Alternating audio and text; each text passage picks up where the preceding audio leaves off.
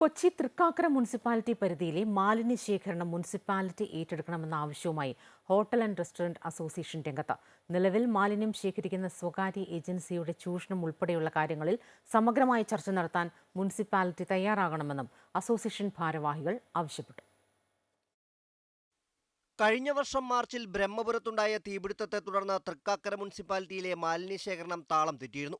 ഇതോടെ ഹോട്ടലുകളിൽ നിന്നും മുനിസിപ്പാലിറ്റിയുടെ നേരിട്ടുള്ള മാലിന്യ ശേഖരണവും നിർത്തിവെച്ചു.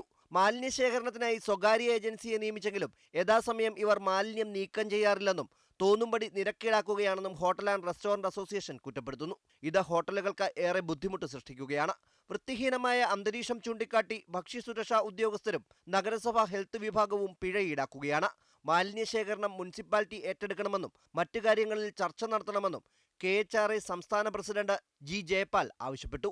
ഞങ്ങളുടെ മാലിന്യം കളക്ട് ചെയ്യുന്നതിന് ആവശ്യമായ സൗകര്യങ്ങൾ നഗരസഭയുടെ ഭാഗത്തുനിന്ന് ഉണ്ടാവണം എന്നുള്ളതാണ് ഞങ്ങളുടെ പ്രധാനപ്പെട്ട ആവശ്യം. ഇപ്പോൾ നഗരസഭ ഹോട്ടലുകളിലെ ഒഴിച്ച് മറ്റ് മാലിന്യങ്ങൾ കളക്ട് ചെയ്യുന്നുണ്ട്.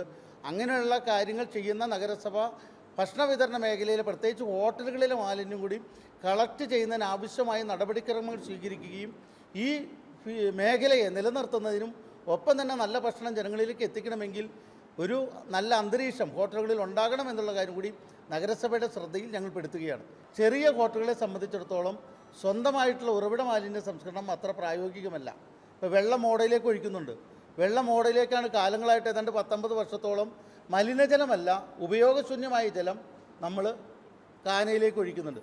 ഇപ്പോൾ കാനയിലേക്ക് ഒഴിക്കുന്ന ഹോട്ടലുകാർക്കെല്ലാം അന്യായമായിട്ടുള്ള ഫൈൻ ഏർപ്പെടുത്തുകയാണ് പല നഗരസഭകളും.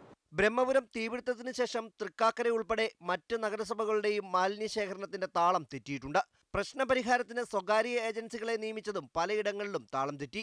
കാര്യക്ഷമമായ ഇടപെടൽ ഉണ്ടാകണമെന്ന ആവശ്യം ശക്തമാണ്. അമൃത ന്യൂസ്, കൊച്ചി.